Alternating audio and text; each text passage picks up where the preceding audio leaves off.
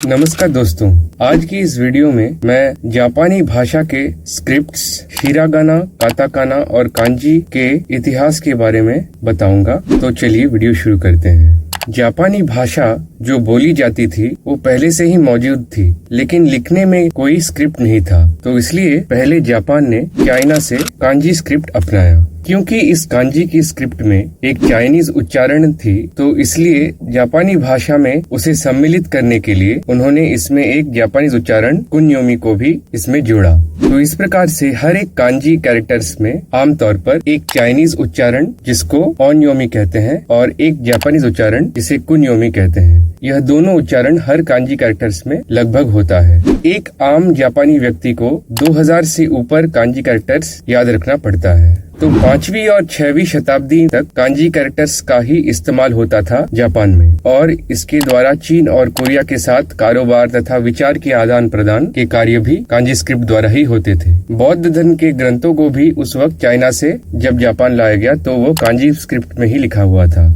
8वीं शताब्दी के बाद जापान में राजाओं के दरबार में एक नया स्क्रिप्ट या लिपि जिसे हिरागाना कहते हैं उसकी उत्पत्ति हुई। इसका मुख्य कारण यह था कि जापानी भाषा को कांजी पूरी तरह अभिव्यक्त नहीं कर पा रहा था, तो इसलिए हिरागाना नामक स्क्रिप्ट की उत्पत्ति हुई और इसके द्वारा जापानी साहित्यिक कार्यों को भी किया गया। इसमें से प्रमुख है द टेल ऑफ गेंजी या गेंजी मोनोगातारी, जो कि करीब 12वीं शताब्दी में लिखा गया था और इसे पूरी तरह से हिरागाना में लिखा गया था। और तीसरा जो स्क्रिप्ट है उसे कहते हैं काताकाना। इसका प्रचलन करीब 17 शताब्दी में हुआ, जब पश्चिमी देशों के लोग जापान में आने लगे। तब जापानी लोगों ने वे शब्द जो बाहर से आए हैं या बाहर से आए हुए लोगों के नाम, उन सारे शब्दों में काताकाना लिपि का इस्तेमाल हुआ।